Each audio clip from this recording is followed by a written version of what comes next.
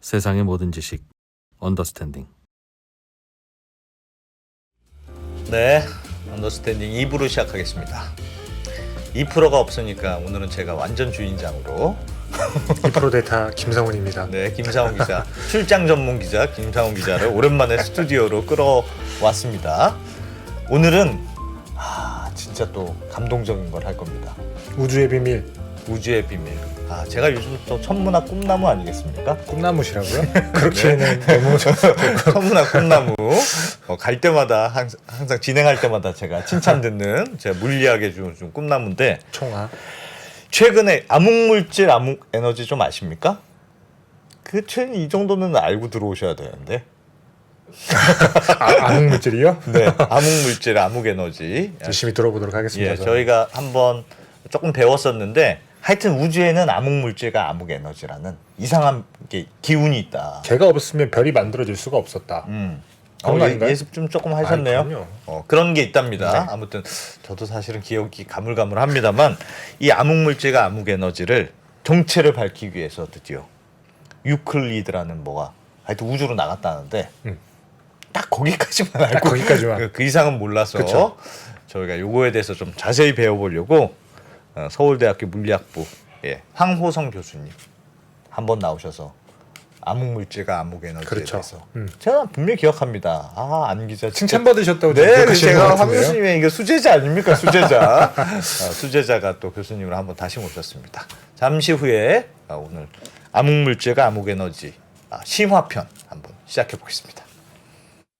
네. 채팅창에서는 문과 2명이 이거를 이해할 수 있겠느냐, 굉장한 우려가 지금 제기되고 있는데, 얼마 전에 안승찬 선배가 저에게 고백을 하나 했습니다. 아무래도 나는 천성이 이과생인데 문과로 잘못 갔다. 이과의 피가 흐르는 것 같은, 제가 요즘 그런 생각하고 있어서 전혀 아니라고 말씀을 드렸지만 자신감을 가지고 한번 해보겠습니다. 자, 서울대학교 물리천문학부의 황호성 교수님, 어서 오십시오. 안녕하십니까? 네, 안녕하세요. 안녕하세요. 네, 황호성입니다. 네, 네. 세 번째. 오늘 네 번째입니까? 세 번째. 세 번째입니다. 세 번째 나오죠. 감사합니다. 이거 참네. 바쁘신데도 저희 가족이신 거죠? 네, 급하게 제가 모셨는데 또 시간 내주셔서 너무 고맙습니다. 제가 그때 칭찬받은 거 맞죠, 교수님? 아유, 그때 이제 제가 두 번째 왔을 때 그 예. 첫 번째에 비해서 너무나 많이 달라지셨고, 그 질문이 굉장히 뭐랄까 그러니까 핵심을 짚는. 감사합니다. 그래서 칭찬을 할 수밖에 없었던 그런. 아니 처음에 얼마나 처음에는 많이 헤맸습니다. 그래요? 많이 헤맸습니다. 네, 오늘은 하여튼 우리가 암흑물질, 암흑에너지, 뭐 하여튼 정체를 밝히는 걸 뭐 우주에 띄웠다고 하던데 뭔지 모르겠습니다, 솔직히. 이거 네. 바닥부터 시작해야 되는 것 같은데. 그러게요. 이제 뭐 또 몇 시간 해야 될지 모르겠는데. 제가 한번 이해한 걸로 잠깐 뭐랄까 축약해서 이제 시청자분께 말씀을 드리면, 예, 이게 우주는 팽창을 하는데, 네. 이게 처음에 밝혀진 게 이제 팽창한다가 허블이 딱 이걸 한 거잖아요. 팽창을 하는데 어떻게 팽창을 하지? 이제 그걸 연구하다 보니까 태초에 빅뱅이 있었구나. 이런 거 맞죠? 네, 맞습니다. 예. 그래서 빅뱅이 있었구나라는 것까지 갔는데 제가 적어왔습니다. 진짜 간당간당하다, 간당간당해. 정말. 아니 팽창을 했는데 이제 예. 보니까 그 별들이 만들어지는 이유를 예. 모르겠다. 별들이 만들어지는 이유가 분명히 있을 텐데 이유를 모르겠어서 이게 암흑물질이라고 하는 우리가 알 수 없는 어떤 물질이 있기 때문에 별이 생겨났구나. 그래서 그때부터 우리가 증거를 찾을 수는 없지만 우리가 계산을 해보고 관측을 해보니 암흑물질이 없으면 안 된다. 아니, 있으면 이게 설명이 잘 되더라. 있어야 설명이 잘 되더라. 그런 거죠. 역시 우등생. 부진아. 공부 좀 더 해가지고 와야 될 것 같습니다. 그런 게 네. 암흑물질이었다는 그렇습니다. 거죠. 암흑물질은 아직 측정은 안 됐지만 있어야 지금의 우주가 설명된다. 그렇죠. 그런 거죠. 맞습니다. 예. 예. 암흑에너지는 암흑에너지는 암흑에너지는 갈수록 그러니까 우주의 팽창 속도가 뭐랄까 시간이 지날수록 빨라진다. 맞습니다. 근데 이게 암흑 물질이라고 하는 건 별을 응축시키는 힘이기 때문에 끌어당기는 힘인데, 그렇다고 암흑 물질이 있으면 얘가 우주가 팽창 속도가 빨라지는, 그러니까 밀어내는 힘이기 때문에 이게 설명이 안 되는데, 이것도 설명을 하려면 우리가 잘 모르지만 암흑 에너지라는 게 있어야 된다. 그래서 그때부터 암흑 물질과 비슷한 것 같긴 합니다. 진아의 선생님이었습니다. 네, 교수님 맞나요, 마무리. 교수님? 제대로 이해하셨고요. 이제 네. 우리 우리가 맞다고 우주를 연구하다 보니까 예. 이제 우주를 구성한 어떤 성분을 따져 보니까 총 크게 얘기하면 그 세 가지 성분을 얘기할 수가 있는데 네. 하나는 이제 100%라고 했을 때 이제 5%를 차지하고 있는 게 우리가 눈에 보고 알 수 있는 물질.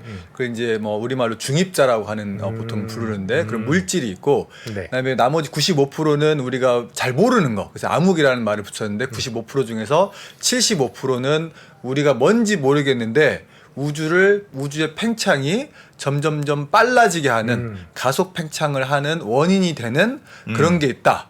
그거를 우리가 암흑 에너지라고 부르자라고 하는 게 우주의 75%를 차지하고 있고 밀어내는 힘. 밀어내는 힘. 예. 그리고 반대로 당기는 힘, 인력 역할로 이제 우주를 채우면서 뭔가 물질인데 우리를 서로 당기면서 이거를 팽창을 자꾸 억제하려고 한다. 예. 걔가 우주를 차지하고 있는 양이 대략 이제 25%. 그러니까 5, 25, 70이 맞죠. 70 아까 100이 넘었구나. 예. 5%, 25%, 괜찮습니다. 70%, 70%. 네, 이렇게 구성하고 있어서 근데 문제는 뭐냐면 우리가 5%만 우리가 보고 느낄 수 있고 나머지 95%는 그 5%를 이용을 해서 연구를 할 수밖에 없는 상황입니다. 직접 보고 느낄 수는 없어서. 우리가 모르는 게 그렇게 많습니까? 우리 아는 게 5%밖에 없는 거예요. 그러니까. 그렇죠. 우리가 5%밖에 모르는데 문제는 5% 갖고 나머지 95%를 추측한다는 것도 또 대단한 건 일이긴 하죠. 네. 그렇죠. 추측이 틀릴 수도 있잖아요. 그렇죠. 그래서 이제 좋은 지적인데 우리가 이런 질문을 하란 말입니다. 이런 질문을. 우리가 추측을 하는 이 모든 건 결국엔 어떤 가정이 들어가는 거거든요. 예. 그래서 가정이라고 하는 게 우리가 바로 이제 표준 우주 모형이라고 하는 거. 현재 사람들이 표준적으로 가장 동의하는 그런 모형을 바탕으로 했을 때 맞는 말이지. 이 모형 자체가 틀리면 지금 얘기한 모든 이제 암흑 물질이 없을 수도 있고 암흑 에너지도 없을 수도 있습니다. 네. 그러면 우리가 일단 가정은 그 두 가지가 있어야 우주가 설명이 일단 되는데 그렇죠. 그럼 실제로 한번 측정해 보자 그렇죠. 하고 이번에 나간 거예요. 그렇죠. 그래서 이제 이번에 우리가 암흑 물질과 암흑 에너지 연구를 이제 지난 시간에도 와서 얘기했듯이 다양한 방법으로 하는데 예. 이번에는 이제 유럽에서 유클리드라고 하는 인공위성 망원경. 인공위성 망원경이라는 거는 우리가 보통 지상에서 보는 이렇게 우리 천문대에 가서 보는 그런 망원경이 있는데 예. 근데 그런 망원경 말고 우주의 망원경을 쏘는 경우가 있거든요. 그래서 제임스의. 제임스의 우주 망원경 우리가 저번에 했던 것처럼 예. 그래서 우주의 망원경을 보내서 거기서 천체를 관측을 해서 그 관측한 걸 가지고 암흑 물질과 암흑 에너지에 대해서 연구해 보자라고 하는 게 이번 유클리드 인공위성이 이제 발사한 목적이 되겠습니다. 근데 궁금한 건 거기 예. 가면 뭐가 다르길래 그렇죠. 우리 눈에 안 보이는 것들을 그렇죠. 볼 수 있는 거예요? 질문 이제 좋습니다. 저는 첫 시간에 바로 우주로 나갔습니다. 예. 그래서 이제 결국 중요한 건 왜 우리가 우주에 망원경을 보내려고 하는가가 예. 첫 번째 질문이 될 텐데 가장 큰 차이는 뭐냐면은 이제 우리가 쉽게 얘기하면 별이 왜 반짝이는가라고 이제 질문을 할 수 있을 텐데 별이 왜 반짝일까요? 별이 빛이 왜 있으니까. 그리고 다르게 얘기하면은 우리가 태양을 보면은 태양이 반짝반짝 하나요? 안 하죠. 반짝반짝 안 하잖아요. 너무 예. 가까이 있으니까. 그래서 별은 원래 반짝이는 게 아니에요. 그냥 우리 전구에 불을 켜놓듯이 지그시 계속해서 빛을 내는 거예요. 예. 근데 별이 반짝이는 이유는 뭐냐면 별과 나 사이에 대기가 있기 때문에 대기가 가만히 있지 못하고 엄청나게 빨리 막 움직이거든요. 흔들리니까. 그래서 이 대기의 흔들림 때문에 별빛이 가만히 보이지 못하고 반짝반짝 빛나는 거예요. 그래서 이 말은 뭐냐면은 우리가 지상에서 별을 관측하면은 반짝반짝 별이 빛나기 때문에 우리한테는 어떤 사람한테는 로맨틱한 일이 될 수도 있지만 천문학자, 과학자들한테는 별을 제대로 연구하고 싶은데 원래 모습을 보여주지 못하고 자꾸 얘가 반짝반짝 자기 모습을 바꾸니까 예. 연구하기가 어려운 거예요. 그래서 우리는 대기의 영향을 없이 천체를 연구해보자 해서 대기 위에 망원경을 올려놓는 거예요.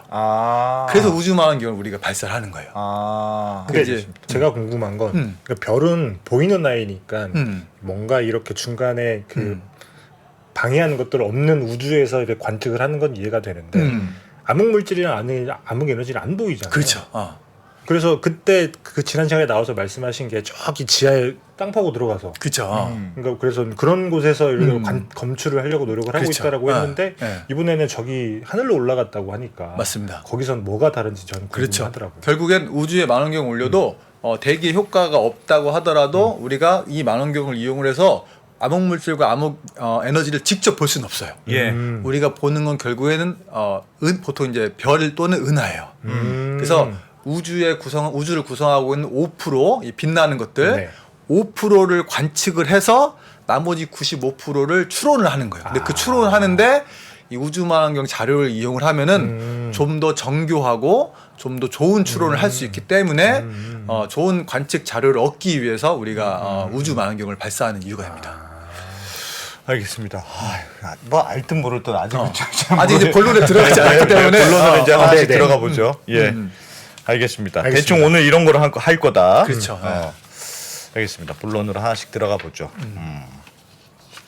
그러면 뭐부터 배우면 될까요? 이제 자료를 준비하신 것부터 좀 네. 볼까요? 일단 교수님? 자료 한번 보실까요? 예. 제일 중요한 거는 왜 이름이 유클리드냐가 이제 제일 그걸 끌었거든요. 예. 그래서 이제 여기 처음에 보여드리는 자료는 이제 우리가 잘 아는 이제 유명한 라파엘로의 이제 그림인데 야. 제목이 혹시 뭔지 아실까요? 제가 모르겠습니다. 제가 이제 저희가 천문학만 너무 연구를 하다 보니까 미술 쪽에 좀 조예가 없어서. 송구하네요. 네, 저도 잘 몰라요. 저도 잘 모르는데 제가 이제 예. 수업할 때 이제 가능하면 항상 그 학생들한테 그 이제 천문학 과학적인 거와 인문학적인 거를 이제 같이 얘기를 하려고 예. 수업 시작할 때 이런 그림을 보여주면서 이제 여기서 시작을 하려고 하는데 문제는 이 그림을 보여줘도 학생들이 몰라요. 그래서 이야기를 풀어나갈 수가 없는 게 이제 가장 큰 어려움인데 예. 이 그림은 이제 그 제목이 아테네 학당이라고 이제 하는 아테네 그림인데 학당. 예. 우리가 아는 이제 그리스의 되게 유명한 철학자, 예. 수학자, 과학자 이런 분들이 다 여기에 이제 그려져 있습니다. 예. 그래서 이제 그래요? 그렇죠. 그래서 제일 눈에 띄는 사람이 있다면 가운데 2명.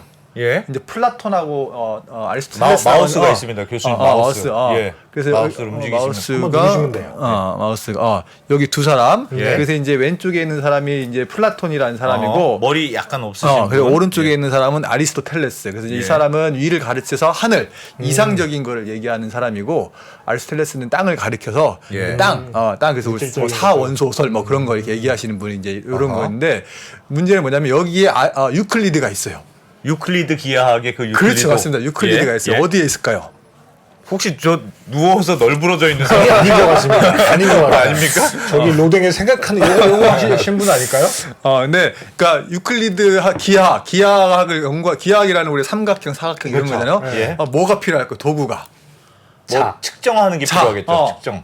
콤파스. 예. 네. 그런 게 필요하겠죠. 콤파스가 필요하기 때문에 여기 오른쪽에 계신 분, 요 분이세요. 다음 그림 보면은 여기 지금 잘린 이분. 콤파스. 여기 오른쪽 여기 18번이라고 네, 표현된 네. 요 분이 바로 유클리드세요. 아하. 그래서 유클리드가 여러분 이제 방금 얘기해서 유클리드 기하학 해가지고 우리가 공간이 어떻게 펼쳐져 있는. 예를 들면 이제 우리가 쉽게 아는 거는 삼각형의 내각의 합이 얼마인지 중고등학교 때 배우시죠. 예. 내각의 합이 얼마였죠? 혹시 기억나시? 삼각형에 내각이 있나요? 내각. 숫자 사는 사람 제가. 삼각형이 각도가 이렇게 그렇죠. 꼭지점이 세 내각 개인데 안의 각도. 안의 각도 180도. 그치 180도 그렇습니다. 그렇죠. 삼각형의 내각의 합이 180도예요. 그렇죠. 예. 그게 어디에서 성립하는 거냐면은 이런 평면에서 성립하는 거예요. 예. 근데 여러분이 구에서 삼각형을 그린다고 생각해보면 지구에서 지구의 삼각형을 그려봐요. 그 표면에.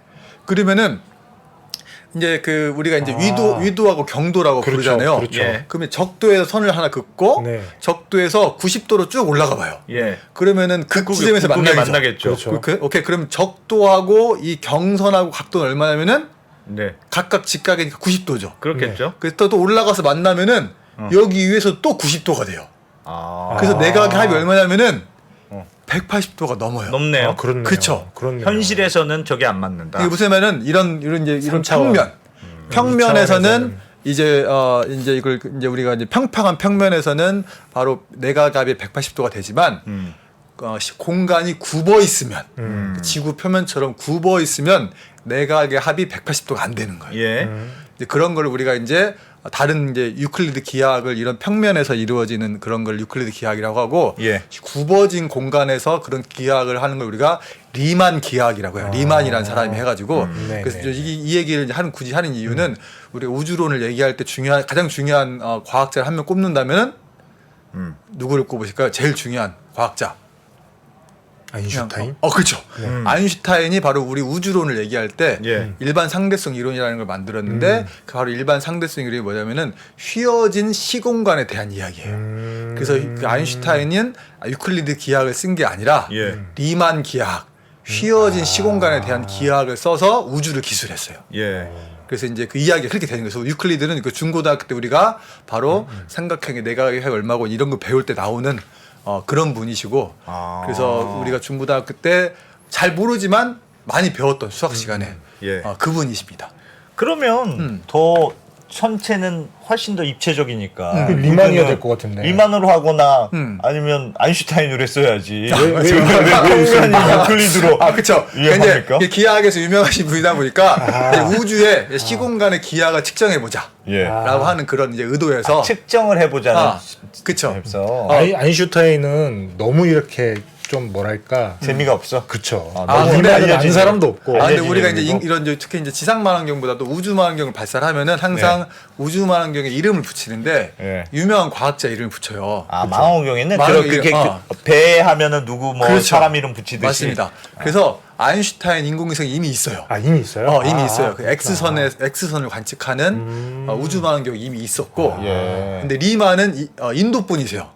아. 근데 인도에서 만약에 만원경을 올린다. 하면 리만이 될 거예요. 리만이 되겠네요. 할 수도 있어요. 근데 이제 이 유클리드는 유럽에서 이번 올리니까. 유럽에서 올렸기 때문에 유럽 사람. 유럽 사람들이 이제 그 유럽을 유럽 사람 과학자를 기려서 이렇게 한 거거든요. 유클리드. 그 저희 나라도 이제 우주만원경을 준비하고 있는데 예. 우주만원경 이제 올리게 되면은 황호성. 황호성 망원경. 그렇지. 저 조금 야 진짜 바로 수제자로 들어가려고 하는구나 지금. 하여튼 그런 우주만원경은 그런 하여튼 일이 있습니다.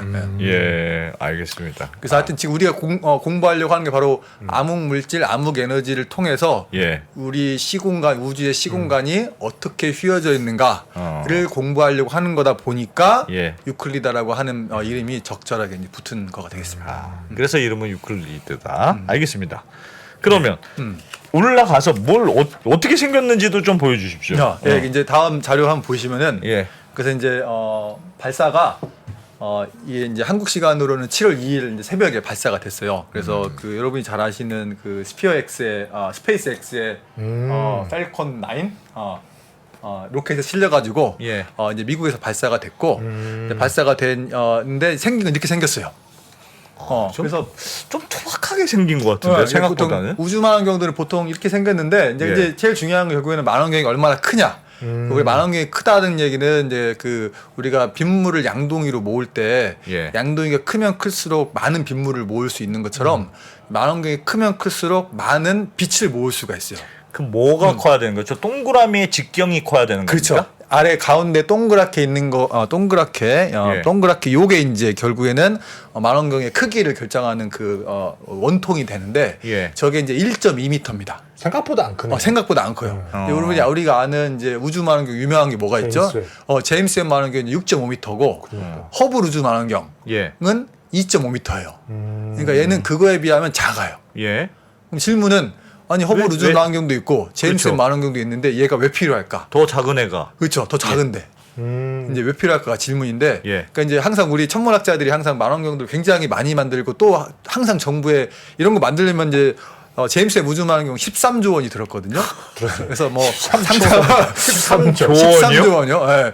상상할 수 없는 돈이 들었는데 그럼에도 예. 불구하고 항상 또 만원경을 만들어 달라고 정부에 우리가 얘기를 하는데 그러면 예. 정부에서 너는 왜 만원경이 또 필요하니? 예. 대체 있는데. 언제까지 만원경을 만들어 달라고 할 거니?라고 하는데 저희는 그 항상 답변한 논리가 있는데 예. 자동차를 보면 어. 버스가 해야 될 일이 있고 예. 그쵸. 스포츠카가 해야 될 일이 있고 그렇죠. SUV가 해야 될 일이 다 다르잖아요. 예. 그래서 이거 다 다른 목적이 각 만원경마다 이제 있는 거예요. 그러면 작으면 더 잘 보이는 게 있는 겁니까? 그렇죠. 이제 문제는 방금 했듯이 만원경이 크면 클수록 더 어두운 천체까지 볼 수 있다고 하는데 예. 근데 얘는 작잖아요. 예. 그래서 큰 만원경은 뭐냐면은 우리가 하늘이 굉장히 넓은데 하늘을 우리 결과적으로는 다 보고 싶어요. 어. 네. 근데 만원경이 너무 크면 하늘에서 일부밖에 볼 수가 없어요.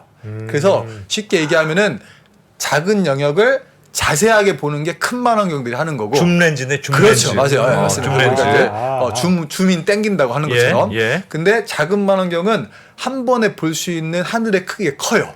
그러니까 우리가 단렌즈. 화각이 크다라고 하는데 예, 그래서 예. 여러분들 사진 찍을 때 렌즈를 바꾸는 것처럼 예. 그래서 얘는 그런 역할을 하는 거예요. 작은데 한 번에 많이 볼 수 있기 때문에 얘는 뭐에 좋냐면은 넓은 하늘을 탐사하는 거. 탐사한다는 거는 계속 사진을 찍는 거예요. 땅을. 예, 예. 그래서 이제 이거는 뭐에 좋냐면은 제임스의 우주 망원경은 작은 영역의 어떤 천체를 자세히 뜯어보는 게 이제 중요한데, 예. 근데 문제는 뭐냐면은 하필 내가 아니면 외계인이라고 생각을 해봐요. 여러분이 외계에서 지구를 갑자기 보는 거야. 근데 지구를 보는데 지구에 바다도 있고 육지도 있고 유럽도 있고 아시아도 있잖아요. 예. 근데 나는 외계인이 하필 좁은 망원경을 가지고 태평양 한가운데를 들여다보고 있는 거야. 아무것도 없어. 그러면 아무것도 없잖아요. 물밖에. 그렇죠. 물밖에 없어. 그럼 여기는 아무것도 안 사네. 라고 결론을 내릴 수 있잖아요. 그리고 예. 그냥 가버릴 수 있잖아요. 예. 그렇기 때문에 지구에 뭐가 있는지 알려면은 바다도 봐야 되고 육지도 봐야 되고 해야 되기 때문에 한꺼번에 보는 게 중요하죠. 그래서 얘는 그런 역할을 하는 거야. 아니 그러면 더 작으면 더 넓게 볼 거 아니겠습니까? 근데 이게 항상 꼭 망원경 크게 작다고 해서 한 번에 볼 수 있는 화각이 항상 커지는 건 아니에요.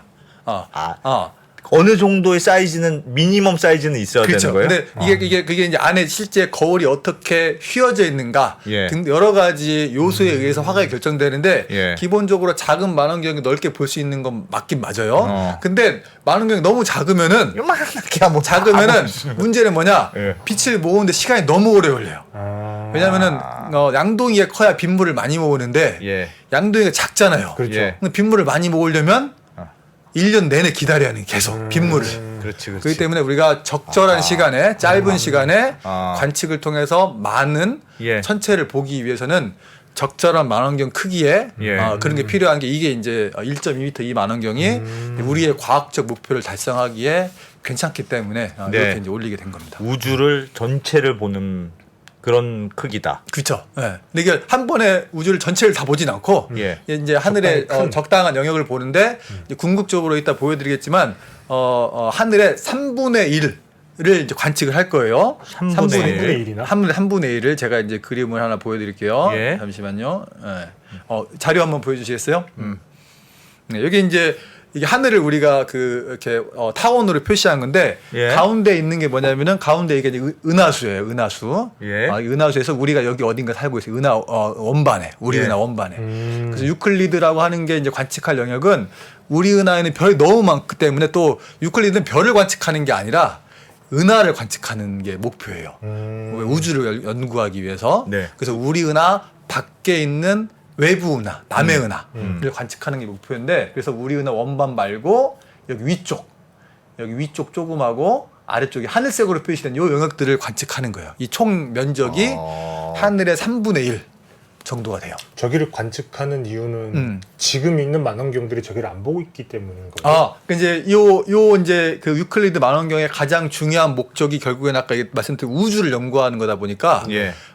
우리 은하의 별들은 관심이 없는 거예요. 예. 별을 관측하면 오히려 방해가 되는 거예요. 예. 그래서 만약에 여기 별들이 많은 데를 관측하게 되면은 예.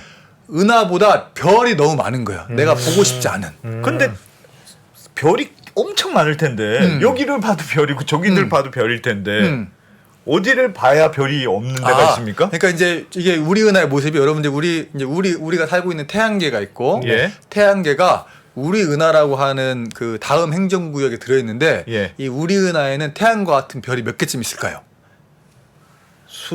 전에 천억 개? 천억 개 정도가 있어요. 깜졌네. 문제는 천억 개가 예. 공처럼 이렇게 동그랗게 퍼져 있는 게 아니라 예. 천억 개가 마치 UFO처럼 여러분들 그 어렸을 때 혹시 타보셨는지 모르겠는데 스카이 콩콩 말고 예. 이게 발을 끼워가지고 가운데 고무가 있고 원반이 있는 그런 타는 그게 있었거든요. 예. 잘 모르시다. 먼저 처음 먼저 합니다. 처음 먼저 뭐냐면은 합니다. 별들이 원반처럼 분포가 되어 있어요. 우리 은하 별들이. 그래서 이 원반만 피해서 위를 보면 우리 은하 별들을 피해서 우주를 볼 수가 있어요.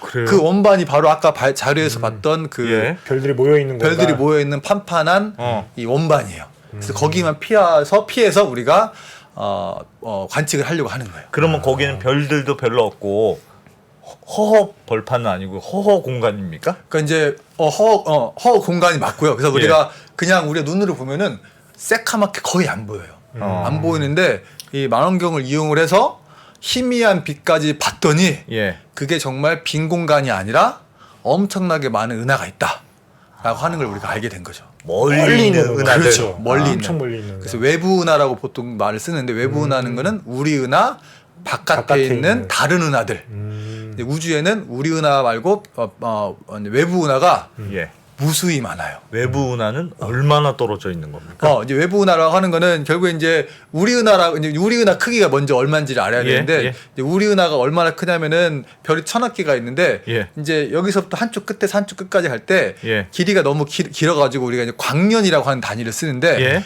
광년이라고 하는 단위 뭐냐면은 빛이 1년간 간 거리를 의미해요. 예. 그렇죠. 그래서 빛이 1초에 간 거리가 얼마냐면은 예. 일광년. 빛이 1초 동안 1광초라고 하는데 예. 30만 킬로미터를 가요. 30만 킬로미터. 30만 킬로미터 1초 1초에? 동안에. 예. 그러면은 3,600을 곱하면 1시간에 간 거리가 되고 예. 그렇죠. 24시간을 곱하면 하루에 하루에 간 거리가 되고 365를 곱하면 1년 간 빛이 1년 간 거리가 돼요. 예. 그게 9.4 곱하기 10의 12승 킬로미터가 돼요. 오케이. 10의 12승 킬로미터 거기다가 8만 광년이니까 거기다가 곱하기 8만을 하면 네. 되는 거리가 바로 우리 은하. 이제 우리 은하 크기예요. 우리 은하 크기고 그래서 거기 끝에서 오는 빛은 우리가 살아생전 볼 수도 없겠네요. 아니죠. 맞습니다. 네.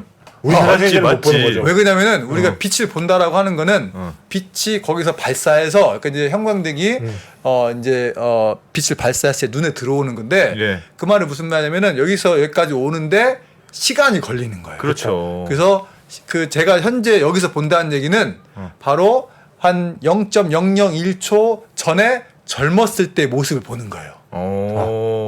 그렇죠. 그래서 저거부터 멀리 떨어지면은 훨씬 더 젊어 보여요.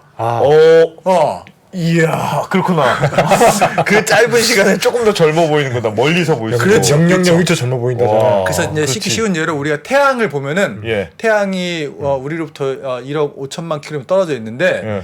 태양이 빛의 속도로 빛을 내면은 예. 우리한테 8분 50 정도 시간이 후에 도달을 해요. 8분 50초 전에 젊은 태양을 보고 있는 거예요. 8분 전 태양을 보고 있는 겁니까? 그렇죠. 우리가 현재 보는 거는 8분 전에 발사된 빛이 제 눈에 들어온 거예요. 어허. 8분 젊은 태양을 보는 거죠. 이야. 그래서 우리가 망원경을 이용을 해서 우주를 관측한다라고 하는 거는 예. 이제 멀리 보면 멀리 볼수록 무슨 말이 되냐면은 훨씬 더 이전에 발사된 빛을 보는 거기 때문에 훨씬 더 젊었을 때 우주를 보는 거예요.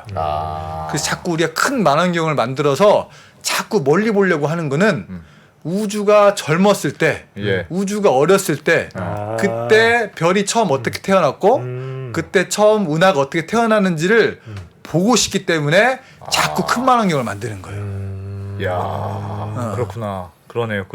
음. 빛이 있어야지만 볼 수 있으니까. 그렇죠. 그래서 빛의 이제 핵심은 빛의 속도가 유한하기 때문에 항상 이런 문제가 생기는 거예요. 빛보다 빠른 건 없습니까? 그렇죠. 좋은 질문이신데. 너무 편해하시는 것 같습니다. 좋은 질문 아닌 것 같은데. 아니 이제 막 던졌는데 다시. 중요한 거는 이렇게 네. 막 던지고 예. 생각난 대로 얘기하다가 이게 요즘에는 이제 아인슈타인이 유명했던 이유가 예. 이제 여러분 특허청에서 오늘 대체 암흑 물질 얘기를 할 수 있을지 모르겠지만 예. 그 유명했던 이유가 특허청에서 혼자 모든 걸 이제 사고 실험을 통해서 논문을 쓰고 해서 굉장히 주목을 받았는데 예. 그래서 우리가 생각하는 과학자 이미지는 혼자 골방에 틀어박혀서 뭔가 머리를 쥐어 싸매면서 뭔가 새로운 아이디어를 떠오르는 걸 생각하는데 요새 과학자는 절대 그러지 않아요. 요새는 혼자 골방에 앉아서 논문을 쓰면 아무도 안 읽어요. 예. 왜냐하면 논문이 너무 많이 나와서 예. 내 친구 논문을 읽기도 바쁜데 그렇죠.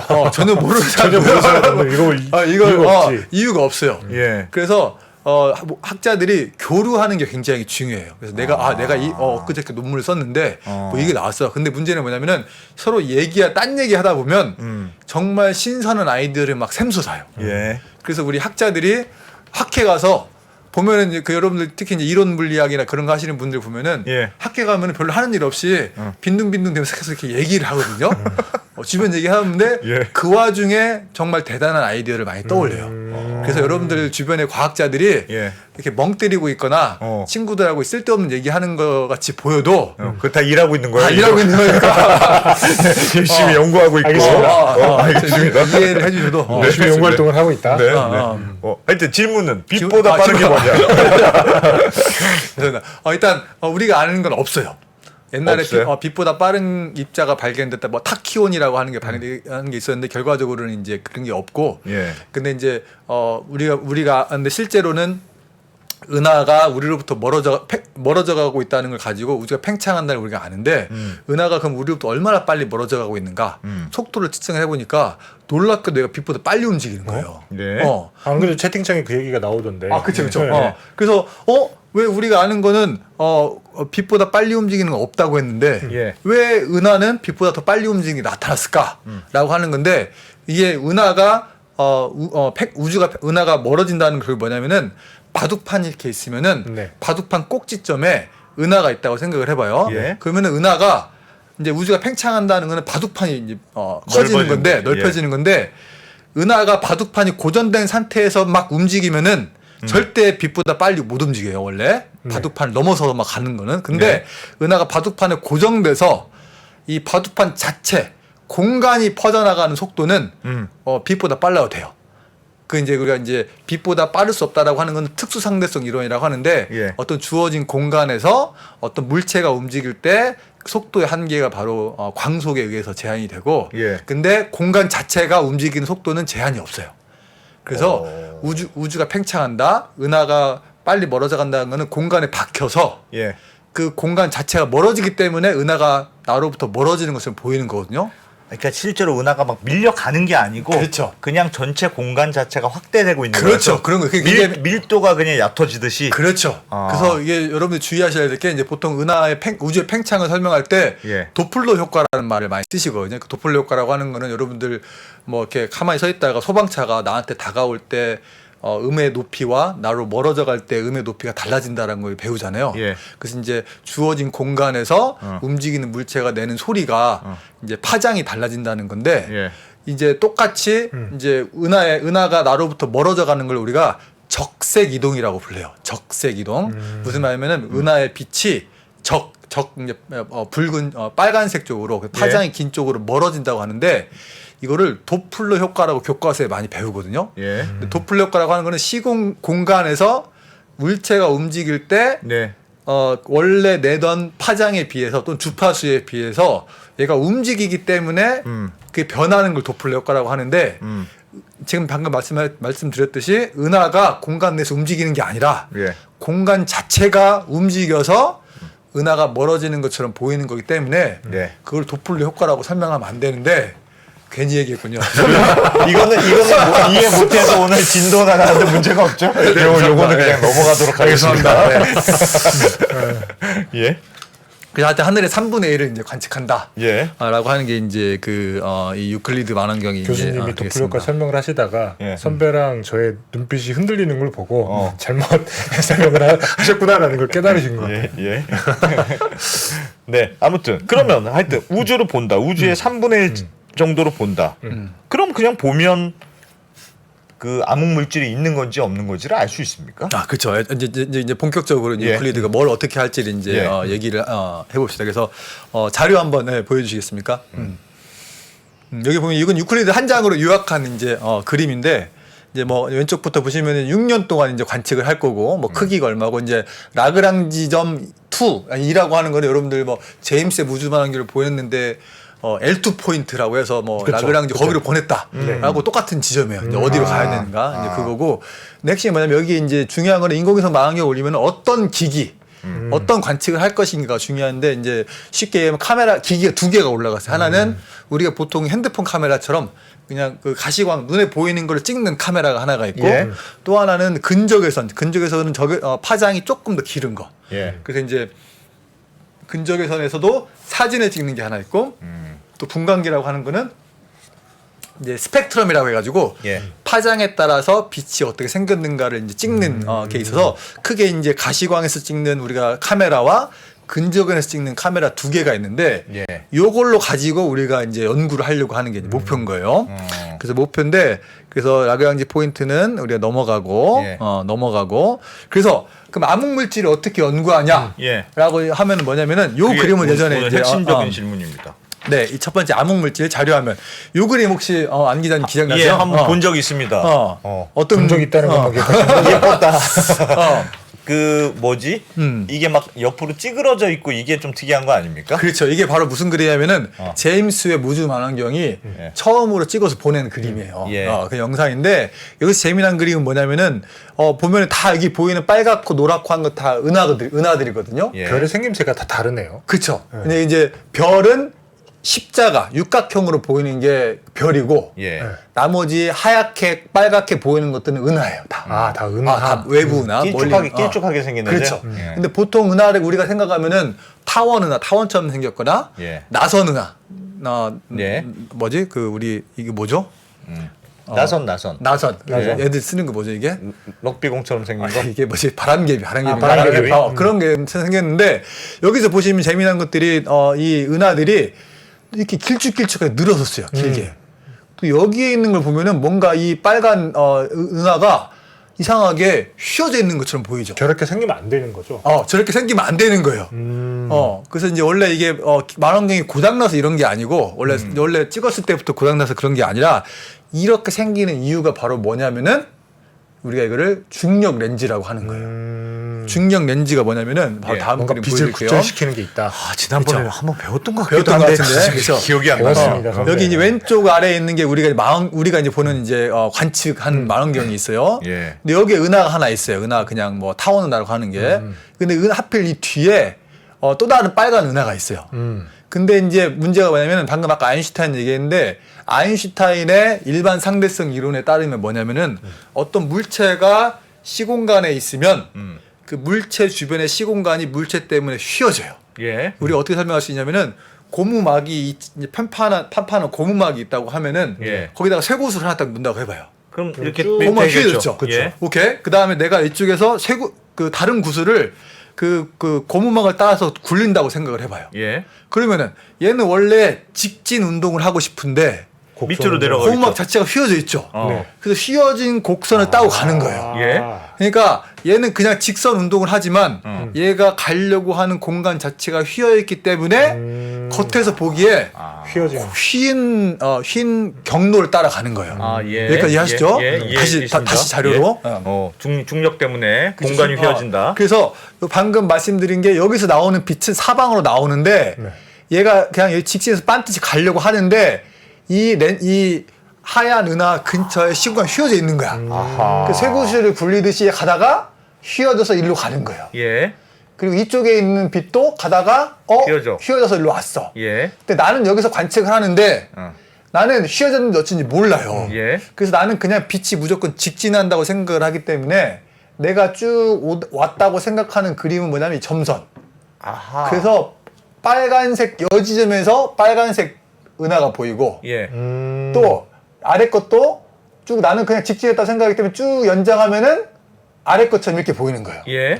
그래서 이제 어떤 천체산을 찍었는데 중간에 이렇게 하얀 게 하나 있고 네. 주변을 싸고 있는 이상한 휘어진 것들이 보이면 이게 바로 중력 렌즈. 가운데가 렌즈 역할을 해서 우리가 돋보기처럼 렌즈 역할을 했고 뒤에 있는 애가 휘어졌다. 그래서 돋보기가 똑같은 거예요. 그래서 렌즈 역할을 하는데 암흑물질은 뭐냐? 예. 근데 우리가 문제는 뭐냐면은 이 휘어진 정도, 이 빨간색이 휘어진 이 빨간색 은하 이미지가 원래는 그냥 동그란 은하였을 텐데 원래는 작아서 넣었는데 이렇게 퍼져서 보이는 이상하게 거죠. 퍼져서 이렇게 휘어지게 예. 보여져요. 그걸 예. 우리 왜곡이라고 하는데 예. 그 왜곡된 정도가 뭐에 비례할까요? 질문이에요. 어떻게 원래 동그랗게 있던 게 왜곡이 심하게 됐어. 어떤 경우에 왜곡이 심하게 될까요? 저 중력이 중력의 세면은 그런 거 아닙니까? 중력이 세면 그래. 이 렌즈 역할을 한 얘가 예. 중력이 세다. 그 그럼 많이 휘어져. 많이 휘어져. 시공간을 많이면 질량이 크면 돼요. 예. 질량이 크면. 예. 그래서 우리가 저 휜 정도를 가지고 거꾸로 계산을 해볼 수가 있어요. 네. 이 렌즈의 질량이 얼만큼 돼야 되는지를 계산을 해보니까 눈에 보이는 물질의 질량과 계산을 통해서 나온 질량이 네. 안 맞아. 다른 거야. 아. 누가 더 클까요? 암흑 물질. 계산한 질량이. 계산 질량이 그쵸. 더 커요. 계산한 질량이 더 커요. 훨씬 크죠. 그 말은 무슨 말이냐? 다른 게 있다. 눈에 보이지 않는 물질이 네. 합쳐져서 휘는데 일조했다. 아. 그래서 암흑 물질의 증거 중에 하나가 바로 이 중력 렌즈 현상이에요. 아 그래요. 이걸로도 암흑 물질에 있는 거를 확인할 수가 있다. 그렇죠. 전에 얘기 다 했는데 얘기했는데. 새로운 것처럼. 그렇죠. 그래서 이 유클리드 망원경에서 아까 카메라가 있다고 했잖아요. 예. 그래서 이제 그 가시광 카메라, 가시광선 광학 카메라는 네. 바로 뭐냐면은 저 휘어진 예. 그 왜곡을 받은 천체들의 모습을 정밀하게 찍으려고 하는 거예요. 근데 아까 말했듯이 지상에서 이런 천체를 찍으면 대기의 흔들림 때문에 잘 안 보이게. 이 휘어진 정도가 네. 다 우리가 마치 사진을 그러니까 모니터에 해상도 안 좋은 걸 본 것처럼 예. 흐릿하게 보이는 거예요. 예. 근데 나는 더 선명하게 보고 싶어. 그래서 대기 위에다가 망원경을 발사했고 거기서 저런 은하들의 사진을 찍으면 저 왜곡된 정도를 굉장히 선명하게 사진을 찍을 수 있어요. 그 질문이 있습니다. 그러면 예를 들면 밖에 우주에 나가서 찍으면 그 휘어짐 정도를 더 정확하게 알 수 있어요. 그쵸. 그러면 그걸 계산하면 말씀하셨던 대로 숨어 있는 질량을 구할 수 있는 그쵸. 거잖아요. 그러면 그게 우리는 잘 모르지만 그게 암흑 물질이라고 그쵸. 해보자. 네. 그럼 암흑 물질의 질량을 아는 건데 그렇죠.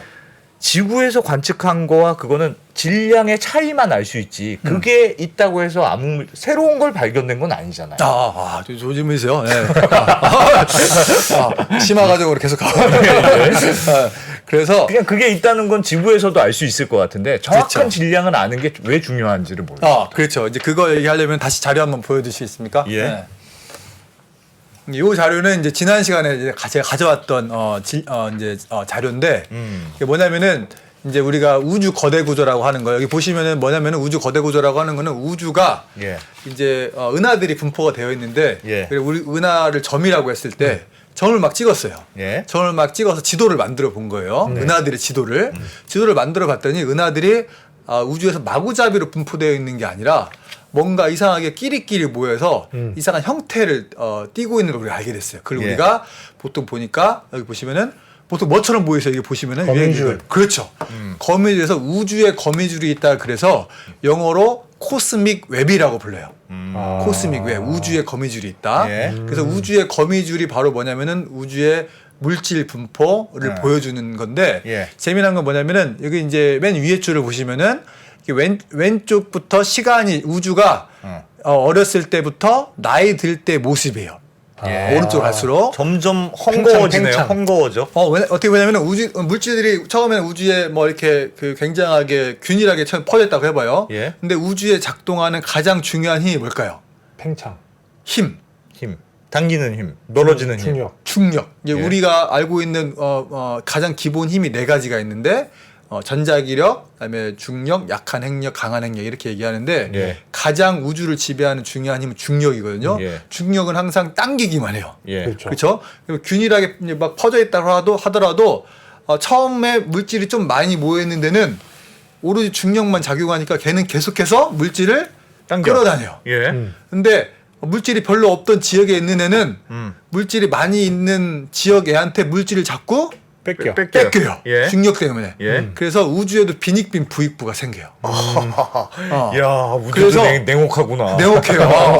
그래서 아까 자료 그림을 보시면은 예. 빈익빈 부익부가 생긴 모습인데 예. 그 처음에는 왼쪽에서는 이렇게 뭐 대충 퍼져 있는 것 같은데 골고루 나눠져 가지고 있다가. 근데 계속 이 하얗게 보이는 게 물질이 많은 데거든요. 네, 네. 그리고 물질이 많은 곳으로 자꾸 모이는 거야. 그래서 이 새까맣게 보이는 게 바로 우주에 아무 물질이 없는 이제 빈 공동이라고 부르는데 예. 공동이 점점 커져요. 왜냐? 물질을 자꾸 모이니까. 뺏겨서 아. 빈 공간은 자꾸 넓어지는 거야. 근데 교수님 질문이 있습니다. 네. 저렇게 모이는 곳에서는 왜 중력이 센 거예요? 중기의 결선 결국 중력은 뭐에 비례하냐면은 질량에 비례하지. 물질이 많이 모여 있으면 그런 기본적인 질문을 하다니. 아니 그러니까 골고루 퍼져 있는데 그쵸. 골고루 퍼져 있는데 좋은 그럼 질문이죠. 중력이 비슷해야 처음에 될거 시작할 때, 어. 그 우주가 시작할 때, 태초에 우주가 태어났을 때, 만약에 처음에 물질이 정말 균일하게, 마치 바둑판에 우리가 바둑판의 격자에 모든 격자마다 바둑알 하나씩 딱 올라온다고 해봐요. 예. 그럼 어떤 바둑알을 딱 하나를 놓고 찍었을 때, 예. 얘 주변에 모든 바둑알이 얘를 당긴다고 하면 예. 힘이 어떨까요? 서로 그냥 똑같죠. 똑같죠. 예. 아무 일이 안 일어나요. 예. 그렇죠. 아무 일이 안 일어나는데 우주는 처음에 그렇게 안 생겨났어요. 하나 센 놈이 하나 있어요. 그래서 이제 양자역학적 요동이라고 전에 또 얘기했었는데 예. 우주가 완벽하게 균일하지 않고 처음에 태어났는데 뭔가 균일한 와중에 무작위적으로 조금 많이 모여 있는데 그래서 누가 와서 바둑돌을 흐트러 놓은 거야. 예. 처음에 시작하려고 봤더니 예. 그래서 격자에서 약간 어긋나서 조금 많이 모여 있는데 많이 안 모여 있는데 이렇게 그렇게 시작을 하는 거예요. 그러면 불균일하게. 조금 똑똑한, 그러니까 조금 힘이 센 애가 계속 당기고 그렇죠. 힘 그렇죠. 없는 애는 계속 잃고. 밀려가고. 그렇죠. 아, 그게 이제 점점점 시간에 따라서 변화를 하는 거예요. 인간사하고 진짜 비슷하네. 그렇죠, 맞습니다. 내가 이렇게 태어난 걸 어떻게 할 거야? 그러게요. 이렇게 태어났다. 본인 말씀하시는 것 같은 느낌이 드는데요. 자신감에 가득 그렇지 않. 아닙니다. 말해놓고 보니까 뭔가 실수한 것 같은. 그래서 예. 지금 아까 다시 자료로 한번 가보시면 예. 그래서 이제 중요한 거는 시간에 따라서 바로 이 변화하는 양상 맨 위에 거 이 변화하는 양상이 뭐에 따라서 이렇게 바뀌느냐 예. 가장 중요한 요소가 두 가지예요. 뭐냐 암흑 물질의 양, 암흑 에너지의 양. 뭐냐 예, 암흑 모르겠습니다. 물질은 뭐냐면은 당기는 역할을 하잖아요. 예. 그러니까 암흑 물질이 만약에 많다, 물질이 많다, 그러면은 당기는 힘이 셀 거예요. 그렇죠. 그래서 얘가 더 빨리 빈익빈 부익부가 생겨요. 근데 암흑 에너지가 많으면 암흑 에너지는 미는 역할을 할 거예요. 그렇죠. 예. 미는 역할을 하니까 얘는 암흑 에너지가 만약에 많다면 요 동공의 크기 이제 그 밀어내는 크게 더 빨리 동공이 커져서 더 이제 그러니까 밀도가 높은 더 빨리 밀도가 높아지고 예. 밀도가 낮은데 더 커져요. 그러니까 더 동공이 더 빨리 커져요. 빈 공간이 더 빈 커진다. 공간이 더 훨씬 더 빨리 커지는 거예요. 그래서 중요한 건 뭐냐면은 우주가 시간에 따라서 이 물질 분포의 양상 어떻게 생겼는지 모습이 예. 암흑 물질의 인력과 암흑 에너지의 청력이 두 개가 어떻게 싸우느냐에 따라서 이 모습이 결정이 되는 거예요. 교수님. 근데 그냥 원래 중력도 당기는 힘이 있다면서요. 그럼 가만 놔두면 중력이 있는 힘센 애가 있으니까 뭘 끌어오고 힘 없는 애는 뺏기고. 그래서 가만히 놔두면 그런 식으로 점점 가서 누군가는 모이고 누군가는 헐거워질 텐데. 그렇죠. 원래 중력 외에 암흑 물질이 있어서 더 빨리 됐다는 걸 어떻게 알 수 있습니까? 기준이 없잖아요. 그러니까 원래 중력이 100만큼은 당겨야 되는데 120만큼 당겼네? 라고 측정이 되어야지만 뭔가 더 있었구나라고 아는데 정말 이게 굉장히 어려운 질문인데 네. 좋은 질문이에요. 이게 뭐냐면은 예. 우리가 이제 우주가 큰 규모에서 봤을 때는 우리가 균일 등방하다고 하거든요. 네. 균일하다는 말은 무슨 말이냐면 어디에든 가든 다 비슷하다. 그러니까 한국 사람들 뭐 서울에 가든 부산에 가든 다 비슷하다. 그런 게 이제 균일하다는 얘기고 예. 등방하다는 거는 어느 방향으로 보든 우주의 모습이 예. 비슷하다라고 하는 게 이제 등방이라는 뜻이에요. 여기 태평양에 가서 한 곳에 보면 모든 바다 어딜 그렇죠. 봐도 다 똑같이. 비슷해 보이잖아요. 네. 근데 균일 등방하면 아까 바둑판에 바둑알이 균일하게 퍼져 있으면 아무 일이 안 일어나는 것처럼 예. 태양도 만들고 은하도 만들려면은 예. 불균일이 있어야 돼요. 네. 그쵸? 예. 그래서 불균일이 있기 때문에 우리가 생긴 거예요. 예. 오케이? 그래서 현재 불균일의 정도를 측정을 해봤어요, 우리가. 예. 오케이? 현재 불균일의 측정을 측정해봤더니 어느 값이 있다라고 해봅시다. 일단 예. 해봤어요. 그리고 그러면 이제 질문은 우주가 처음에 생겨나서 예. 이 현재 불균일이 됐을 때만큼 어떻게 성장을 했을까? 예. 사람들이 이제 관측을 해서 모형을 만들어 본 거예요. 예. 그래서 이제 끝은 알아. 현재 우리가 있는 거. 예. 시작의 조건은 뭐더니 관측했더니 어떤 관측을 했냐? 우주 배경 복사라는 걸 관측을 했어요. 예. 우주 배경 복사 자료를 가져오지 않았는데 예. 우주 배경 복사 사진을 혹시 본 기억이 나시면은 예. 하늘에 빨간 점, 파란 점들이 막 있는 게 있어요. 네. 예. 그래서 그게 뭐냐면은 태초에 우주의 온도를 측정한 거예요. 온도를 측정했더니 현재 우주의 온도가 몇 도쯤 될까요? 모르겠습니다. 아, 우리가 이게 안 했구나. 지금 모르겠습니다. 우리 우주공간에 나간다. 예. 몇 도쯤 될까요? 추울 것 같습니다. 많이 추워요. 춥겠죠. 많이 추운데 얼마나 춥냐면은 섭씨 270도. 영하 270도. 영하 270도. 우리가 절대 온도라고 하는 단위로 쓰는데 예. 절대 온도 3 켈빈이라고 보통 부르는데 그 3 켈빈이 영하 270도예요. 연밀하게는 2.7 켈빈인데 예. 그래서 엄청 추워요. 예. 근데 이제 현재는 우주가 팽창해서 이렇게 추운데 예. 우주가 점점점 작았을 때 옛날에는 밀도가 높고 다 같이 딱딱 붙었을 테니까 예. 팽창하기 전에서 굉장히 뜨거웠어요. 음. 그래서 굉장히 뜨거웠을 때 그때 온도를 측정하면은 우리가 이제 거슬러서 이제 해보면은 대략 3,000 켈빈 정도가 되는데 예. 그때 현재 그 온도 차이를 보니까 원래 평균 온도가 그 3,000 켈빈 정도 되는데 예. 거기에 0.0010의 마이너스 5승 0.00001도 비만큼 빨간 온도가 높은데 온도가 낮은 데가 있는 거예요. 예. 그래서 질문은 뭐냐면은 그 온도가 높은데 낮은 데가 바로 뭐냐면은 밀도가 높은데 낮은 데거든요. 그러니까 우주가 시작할 때 밀도가 높은 데랑 낮은 데의 차이를 우리가 우주 배경 복사 관측으로 알았어. 예. 오케이? 예. 그게 보니까 10의 마이너스 5승 차이가 났어요. 예. 근데 현재 우리가 본 불균일 현재 우주에서 끝에 그래서 불균일도를 얼마를 알았어. 예. 그래서 질문은 우주의 나이가 얼마죠 혹시? 엄청 길다. 138억 년? 맞았어요. 맞췄습니다.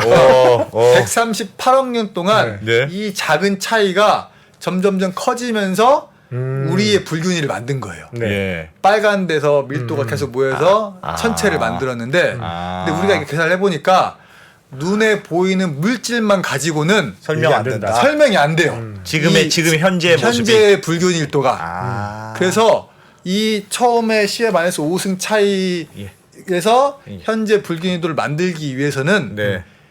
누군가가 먼저 어. 쉽게 얘기하면은 땅을 파놔야 돼요.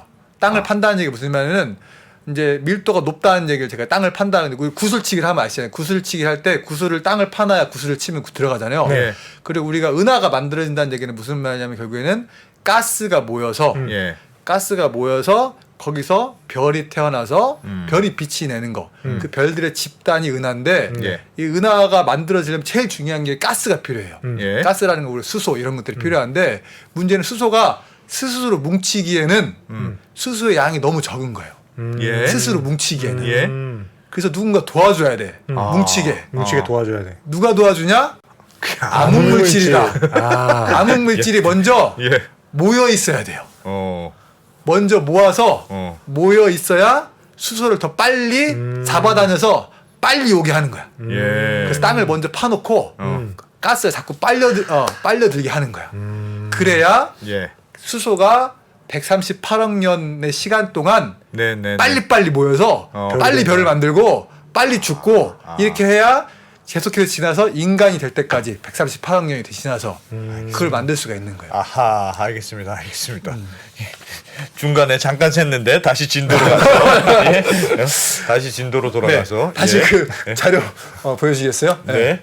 오, 신기하네요. 예. 그래서 이제 하여튼 암흑물질이 있어야 된다. 그래야 저게 저 모습이 설명된다. 그래서 요 이제 우주의 모습 맨 위에 줄을 보시면 우주의 시간에 따라서 이 변화하는 모습을 결정하는 것은 바로 예. 암흑물질의 양과 암흑 에너지의 양이 결정한다. 예. 라는 거고 그래서 뭐냐면은 여기 위에 줄하고 아래 줄하고 가운데 줄 맨 아래 줄은 뭐냐면은 암흑물질과 암흑 에너지의 양이 얼마일 때 이렇게 변한다. 얼마일 때 변화하는 모습이 어떻다라는 걸 우리가 이미 만들어 놓은 계산한 거야. 계산식으로 예. 그래서 이제 컴퓨터 시뮬레이션 만들어 놓은 거예요. 예. 그래서 현재 맨 오른쪽 현재 우주의 모습은 약간 더 비슷하긴 한데 우리가 요거는 꽤 다 잘 맞춰요. 예. 네, 물론 이 가운데 건 이미 틀리긴 했는데 그래서 현재 맨 위에 거가 우리가 알고 있는 정답 같을 거예요. 예. 현재 우주의 모습은 이런 거예요. 예. 그래서 문제는 뭐냐? 그러면은 실제 정말 암물질의 양이 얼마만큼 있는지를 제대로 알려면은 예. 어디를 연구해야 되냐면은 초기 우주를 연구해야 돼요. 왼쪽 가시면 왼쪽의 모습이 여기랑 확연히 다르죠. 아 그러네요. 이게 오른쪽의 모습은 거의 비슷하죠 이미. 예. 거의 비슷한데 모습이 다른 거는 초기 우주에 가면 생긴 모양이 다르죠. 그러네요. 진짜 멀리 봐야겠네요. 그렇죠. 그래서 뭐가 중요하냐면은 초기 우주 멀리 봐야 문제는 뭐냐면 거기서부터 시작한 어떤 모습에서 예. 시간에 따라서 암흑물질과 암흑에너지의 영향을 받아서 얘네들의 모습을 계속 바꾸는 거야. 알겠어요, 현재 모습까지. 알겠어요. 그러면 우주가 막 팽창하고 있다니까 저 끝에 있는 우주를 관측해야 되는 거군요. 그렇죠. 그래서 이제 초기 우주를 보는 게 중요한데 우리가 138억 년 정말 초기까지 볼 수는 없긴 하거든요. 예. 그래서 이제 이 유클리드로 보는 거는 100억 년 전까지를 봐요. 100억 년 100억 년 전까지. 100억 년 전까지의 방금 보여드린 그 물질 분포의 지도를 만드는 거예요. 지도를 만들어서 예. 근데 지도를 만드는데 두 가지를 만드는 거야. 우리가 이제 전에 연구할 때는 보통 은하를 가지고 그냥 지도를 만들어요. 은하의 거리, 은하의 하늘에서 거리와 거리와 위치를 찍어서 예. 3차원 지도를 만들어서 아까 말씀드렸듯이 멀리 있는 은하는 초기 우주의 모습이니까 예. 멀리 있는 은하들의 지도를 만들어서 3차원 지도를 만들어 보고 예. 그래서 그 모습이 우리가 암흑물질의 양이 얼마일 때 암흑에너지의 양이 얼마일 때 모습과 비슷한지를 비교하는 거예요. 초기 우주에서. 그런데 이렇게 하는 거는 눈에 보이는 물질하고 비교하는 거잖아요. 우리가 이제 하는 거. 지금과 예전 초창기 우주를 비교해서 그렇죠. 네, 그렇게 해서 역산하는 거죠. 그렇죠. 그럼 암흑 물질이 얼마나 있었는지. 그렇죠. 근데 지금 한 거는 겨우 5%를 가지고 5%를 가지고 비교를 하는 거예요. 눈에 보이는 거. 예. 유클리드의 장점은 뭐냐면은 눈에 안 보이는 것도 지도를 만들 수가 있어요. 어떻게요? 어떻게? 유클리드 아까 했듯이 얘는 스펙트럼? 중력 렌즈를 하기 위한 인공위성이에요. 예. 그 중력 렌즈 분석을 하면 무슨 말이냐면은 멀리 있는 은하를 관측했어요. 네. 예. 그럼 얘 모습이 왜곡이 됐어. 그렇죠. 예. 그 말은 무슨 말이냐면은 얘랑 나 사이에 있는 네. 물질이 예. 얘의 모습을 계속 휘기한 거죠. 그렇죠. 그렇죠. 예. 그래서 멀리 있는 은하의 휘어진 모습을 분석함으로써 얘와 나 사이에 있는 모든 물질의 분포를 우리가 재현할 수가 있어요. 그걸 만들어낼 수 있어요. 계산해서. 근데 이때 물질의 분포는 눈에 보이는 물질이 아니에요. 아무거나 중력을 내는 거. 그게 바로 암흑물질 플러스 실제 중력 플러스 암흑 물질. 암흑 에너지. 다시 암흑 물질 플러스 암흑 에너지겠죠. 아니야. 아니야. 다시 해보겠습니다. 다시 그래서 멀리 있는 은하를 봤을 네. 때 왜곡을 시키는 거는 예. 중력이 필요해요. 예, 중력. 예. 중력을 내는 놈은 두 개야. 암흑 물질, 눈에 보이는 물질. 네, 중력자. 알겠어요. 오케이. 그래서 5%와 25%의 합이에요. 예. 그래서 얘네들이 얘네들을 분포를 우리가 알 수 있는 거야. 주로 암흑 물질이 그걸 계산하면 이제 중력이 얼마인지를 정확하게 알 수 있겠죠. 그렇죠. 중력이 암흑 물질에서 오는 거예요. 그래서 예. 이걸 함으로써 아는 건 뭐냐면은 암흑 물질의 분포를 아는 거예요. 암흑 물질이 주로 이 중력을 내는 이제 원이기 때문에 네. 암흑 물질 분포를 아는 거고 또 한편으로는 은하 관측을 하면은 예. 눈에 보이는 물질의 분포를 알 수가 있는 거예요. 예. 쉽게 얘기하면은 30%는 왼쪽에서 얻고 5%는 오른쪽에서 얻었어요. 두 개 빼면 뭐가 되는 거예요? 그럼 암흑 물질만 남은 그렇죠. 거죠. 그걸 하는 거예요, 얘는. 그래서 그러면 얘는 둘 다 관측을 해서 차이까지 보는 겁니까? 그렇죠. 유클리드가? 그러니까 이제 제가 이제 뭐 그냥 단순화해서 말씀드렸는데 예. 보통 하여튼 정리하면은 보통의 망원경은 빛만 관측을 해서 눈에 보이는 물질의 분포의 지도만 그려요. 5%만. 예. 5%만 가지고 예. 그거로 암흑 물질을 연구하고 암흑 에너지 연구를 하는데 힘이 드는 거야. 예. 왜냐 5%만 갖고 하기 때문에. 보이는 것만 찍은 거니까. 그렇죠. 예. 근데 유클리드는 놀랍게 중력 렌즈라는 걸 이용을 해가지고 예. 30%. 30%를 알 수가 있는 거예요. 분포를. 예. 그러니까 눈에 보이는 물질의 분포와 결합을 하게 되면은 예. 암흑 물질만의 분포까지 우리가 알 수 있는 거죠. 그래서 얘가 특별한 이유가 바로 그 중력 렌즈 그 분석을 할 수 있기 때문에 특별한 거예요. 뭔지 알겠어요. 그러니까 눈으로 보이는 거와 중력 렌즈처럼 왜곡된 걸 두 개를 사진을 찍은 다음에 요 차이가 뭐냐를 측정해서 요 차이만큼 뭔가 썸씽이 하나 더 있었을 그쵸. 것이다라고 가정하고 이게 암흑 물질이다. 그렇죠. 근데 이제 제가 이제 대충 얘기한 건데 결과적으로 예. 이게 원래 목표는 아니에요. 네. 이제 목표라는 게 방법론은 이건 정확한 방법론은 아니고 이제 우리가 이제 암흑 물질과 암흑 에너지를 연구하기 위해서 아까 그 보여드렸듯이 시간에 따라 멀리 본다는 게 시간이기 때문에 예. 시간에 따라서 물질 분포가 우리가 아까 봤듯이 이제 은하의 분포가 어떻게 변화하는 거를 보는 거랑 암흑 물질의 분포가 어떻게 시간에 따라 보는 거를 5% 갖고 변화를 보는 것보다 30% 갖고 변화를 보면 더 정확하거든요. 그래서 암흑 물질이 시간에 따라서 분포가 달라졌는지 이걸 알면은 우리가 우주가 시간에 따라서 어떻게 변화했는지 어떻게 팽창했는지 암흑 물질의 양과 암흑 에너지 양이 어떻게 영향을 끼쳤는지 이런 거를 한꺼번에 알 수 있기 때문에 이런 걸 종합적으로 하려는 게 우리의 목표지 꼭 뭐 그러니까 중력 렌즈에서 암흑 물질과 보이는 물질의 분포의 지도를 만들고 또 은하 관측을 통해서 눈에 보이는 지도를 만들어서 두개 꼭 빼겠다. 뭐 그런 거가 꼭 전부는 아니에요. 근데 참 이게 들어보면 저는 약간 들어보니까 이 유클리드 우주망원경도 암흑 물질을 정확하게 보는 건 아니네요. 이것도 그러니까 두 개의 관측을 해서 그 차이를 통해서 요 차이만큼 뭔가 썸씽이 있을 것이다 라고 추정하는 거지. 그쵸. 암흑 물질을 뭔가 이렇게 확인하는 건 아니네요. 그렇죠. 저 이제 했듯이 이제 암흑 물질을 연구하는 방법이 여러 가지 방법이 있는데 주로 천문학자들이 하는 거는 이렇게 관측을 통해서 암흑 물질의 영향을 보는 거예요. 영향을. 암흑 물질이 무슨 일을 했는지. 근데 이제 우리가 궁금한 거는 얘 정체가 뭔지가 궁금하잖아요. 예. 그러니까 얘를 검출기에서 사진 듯이 딱 찍어가지고 얘가 뭐 예를 들면은 뭐 수소네, 산소나 이런 것처럼 얘기를 하고 싶잖아요. 그걸 누가 하냐? 물리학자분들이 산 속에서 하는 거예요. 산속에서 측정한다는 산속에서 거. 검출기를 놓고 암흑 물질이 와서 뭐가 때린 거야. 때리면은 얘가 어떻게 생긴 놈이길래 물질이길래 이런 흔적을 남겼을까? 중성미자 그 측정하듯이. 그렇죠. 예. 바로 그거가 물리학자분들이 해서 암흑 물질의 정말 그 입자로서의 또는 이제 우리가 입자일 수도 있고 아닐 수도 있는데 암흑 물질 정체를 밝히는 거는 그분들이 하시는 거고 저희들은 암흑 물질이 있음으로 해서 우주의 모습이 어떻게 변화했는가를 보는 건데 물론 이 연구에도 암흑 물질이 뭐냐에 따라서 암흑 물질이 뭐 쉽게 해서 껌이냐 풍선이냐 이런 거에 따라서 그 우주의 모습을 바꾸는데 달리 할 수 있거든요. 그렇기 때문에 암흑 물질의 당연히 정체도 우리 연구에 직접적으로 관련이 되긴 하지만 우리는 정체보다도 얘가 있음으로 해서 우주 팽창이 어떻게 모습이 달라지는지. 그러면 그 암흑 물질의 측정을 잘해서 요번에 유클리드 우주망원경이 우주에 나가서 이거 잘 찍었어요. 그래서 암흑 물질의 분포도나 혹은 얼만큼 영향을 중력을 얼만큼 미쳤는지를 알아냈어요. 그러면 우주의 모습이 어떻게 변화할지도 예측할 수 있습니까? 그쵸. 우리가 미래를 예측할 수 있는데, 그 아주 좋은 질문이세요. 이게 이제 정말 난 천문학을 갔어야 했어. 자료 한번 보여줄까요?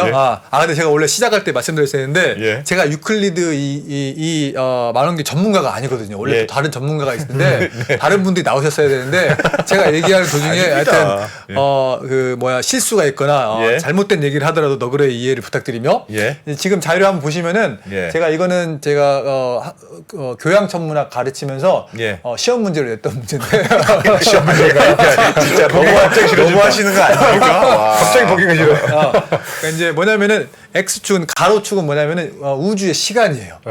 그리고 세로축은 뭐냐면 우주의 상대적인 크기, 뭐 대충 우리의 크기라고 생각을 하시면 돼요. 그래서 여기 0이라고 치시는 게 바로 뭐냐면 현재 우리가 있는 위치에서의 우주의 크기를 1이라고 해보자 이거예요. 그럼 여기 보면은 선이 엄청나게 많잖아요.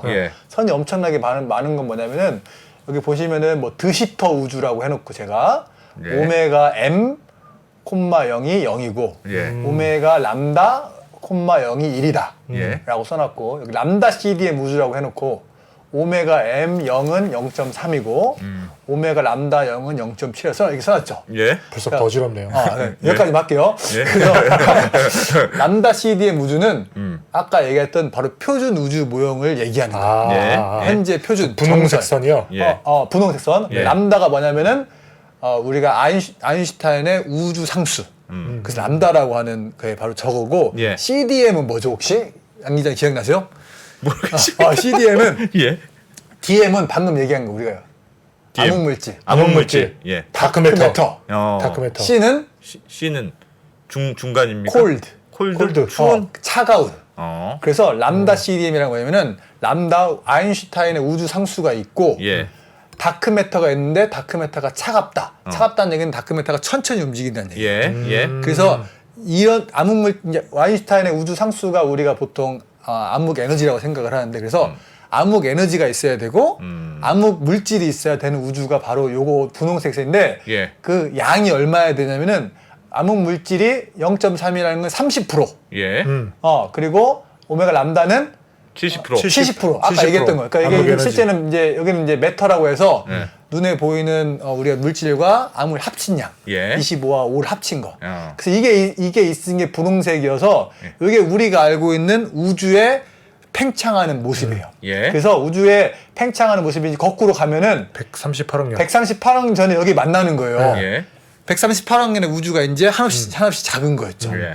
138억 년에 이제 우주가 빅뱅을 통해서 이제 무한한 크기로 무한한 크기로 태어나서 그때부터 팽창을 하는 거예요. 팽창을 하는데 이 팽창하는 모습이 직진으로 팽창을 할 수도 있고 꺾여서 팽창을 할 수도 있잖아요. 예. 그래서 현재 우리가 계산을 해보니까 분홍색 실선처럼 한번 꺾여야 되고 현재는 여기에 있고 미래가 되면 더 빨리 팽창한다. 이렇게 팽창이 된다. 그래서 우리가 이걸 여러분들 고등학교 수학을 혹시 기억하시면 경제로 나올 텐데 예. 이런 그래프를 한 번 미분하면 그걸 기울기라고 부르고 그렇죠. 두 번 미분하면은 기울기가 변화하는 양상. 예. 그래서 이런 데가 이제 변곡점이라고 하는데 변곡점은 기울기가 두 번 미분한 데가 0이 되는 지점. 예. 그래서 가속 팽창한다는 얘기는 뭐냐면은 두 번 미분한 값이 음수란 얘기예요.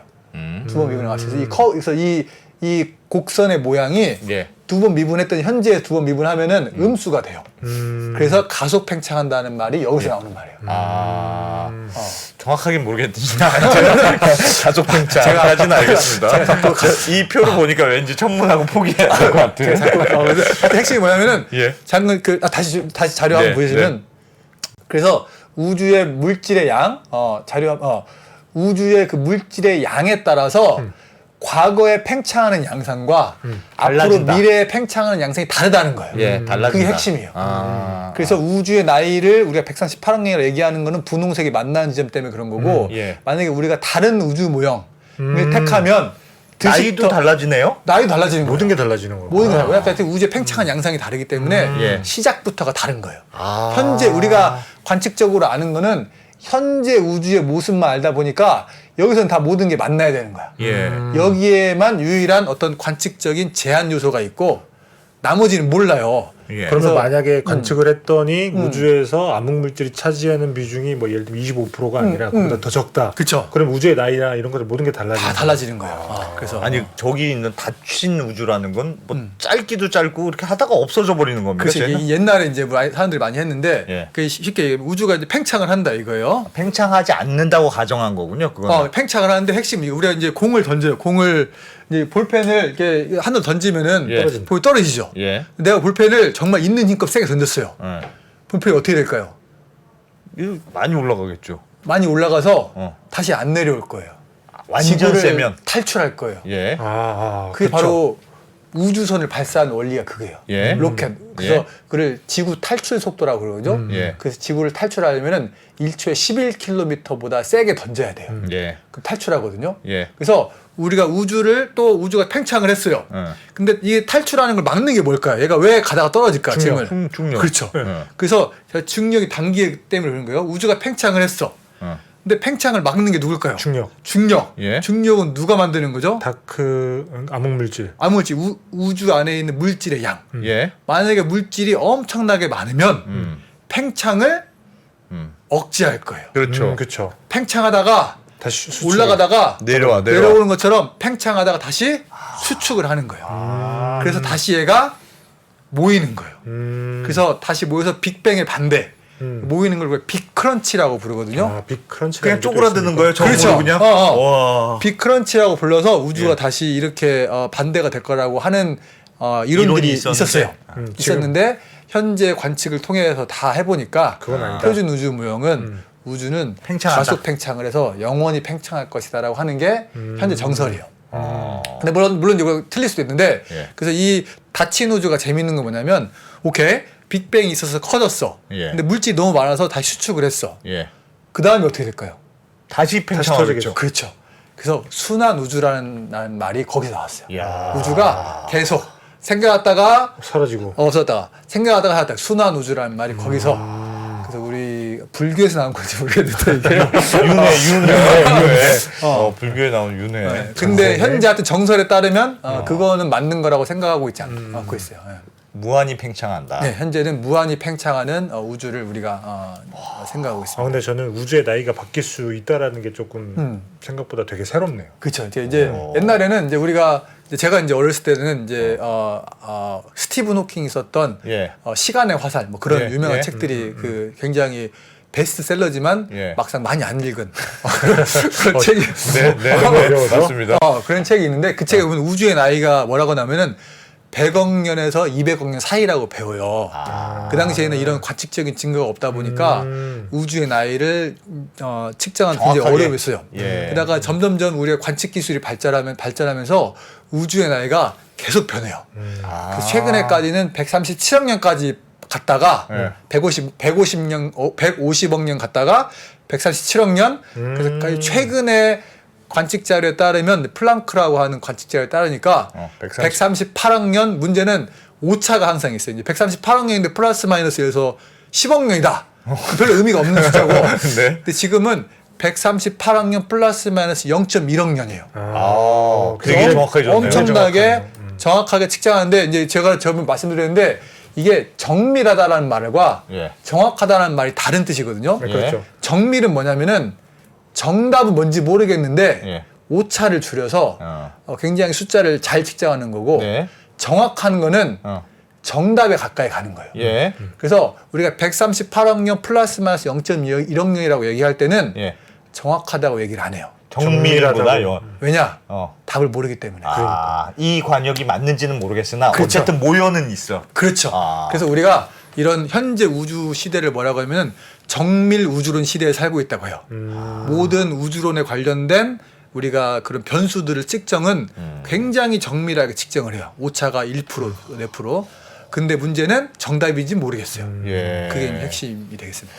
야, 근데 유럽도 돈이 많은가 봅니다. 이런 거 하려면 돈 많이 들 텐데 이런 측정 한번 하려고 우주로 보내려면. 그렇죠. 돈 많이 드는데 그래서 뭐 이제 이런 그 특히 우주 망원경을 발사할 수 있는 이제 나라는 예. 보통 우리 손에 꼽는 게 미국, 예. 그다음에 유럽은 통째로. 옛날에 이제 유럽은 따로따로 했다가 지금은 이유가 되면서 그래서 이제 말하자면 유럽에서 그런 각 나라마다 천문대가 따로따로 있다가 지금은 유럽 천문대라고 해서 이소라고 하는 기구를 하나 만들었고 지금 하는 거는 뭐냐면은 유럽 우주국 이사 나사에 이제 비슷한 걸로 이사라는 걸 만들어서 돈을 모아서 이제 하는 거 있고 예. 이 두 기구에 또 대결했던 게 누구냐면은 일본은 자체적으로 할 수 있는 그런 국력이 있었어요. 기술이 있었고 예. 그래서 일본은 작사라고 하는 나사와 비슷한 기관이 있어서 예. 우주 망원경도 쏘고 다 했어요. 근데 새로운 나라가 있는데 어디냐면은 대한민국. 우리나라요? 네, 우리나라도 우주 강국입니다. 왜냐하면 우리 선진국이기 때문에 예. 이런 굉장히 뭐랄까 최첨단의 일은 선진국만 할 수 있는 학문이거든요. 예. 그래서 여러분의 다 세금 덕분에 우리가 굉장히 최첨단의 이런 연구를 할 수가 있게 그래서 됐어요. 망원경이 있습니까? 그래서 우리도 우주 망원경도 있어요. 예. 근데 제임스 웹 같은 망원경은 없어요. 그래서 지금 천문학계에서 많이 논의하고 있는 게 예. 우리도 제임스 웹 우주 망원경 같은 거 만들자. 13조 든다면서요. 13조인데 여러분 잘 아시겠지만 예. 이제 우리나라가 돈이 없는 게 아니라 예. 뜻이 있는 길에 길이 있어요. 그래서 여러분 힘을 모아주시면 네. 할 수 있습니다. 알겠습니다. 야. 대통령실 전 한번 하십시오 선배가. 네, 제가 천문학 꿈나무로서 책임감을 가지고 네, 우리나라도 망원경 한번 만들어서 쏴야 될 것 같습니다. 야, 왜 이렇게 나는 천문학이 재밌을까요? 저는 제 몸에 막 천문학의 피가 막 흐르는 것 같은 그런 느낌입니다. 요즘. 못 들은 척하겠습니다. 네, 서울대학교 황호성 교수님 고맙습니다. 네, 고맙습니다. 감사합니다. 네, 저희는 물러가고 지금 이제 뭐 글로벌 라이브로 이어가겠습니다.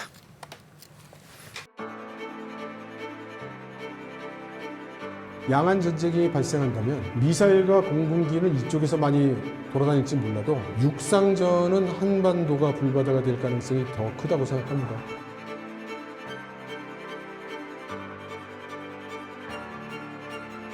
미중 관계를 새로운 시각으로 접근해 큰 인기를 끌었던 이철 박사의 강연 달라진 중국, 달라질 중국의 후속편이 책으로 나왔습니다.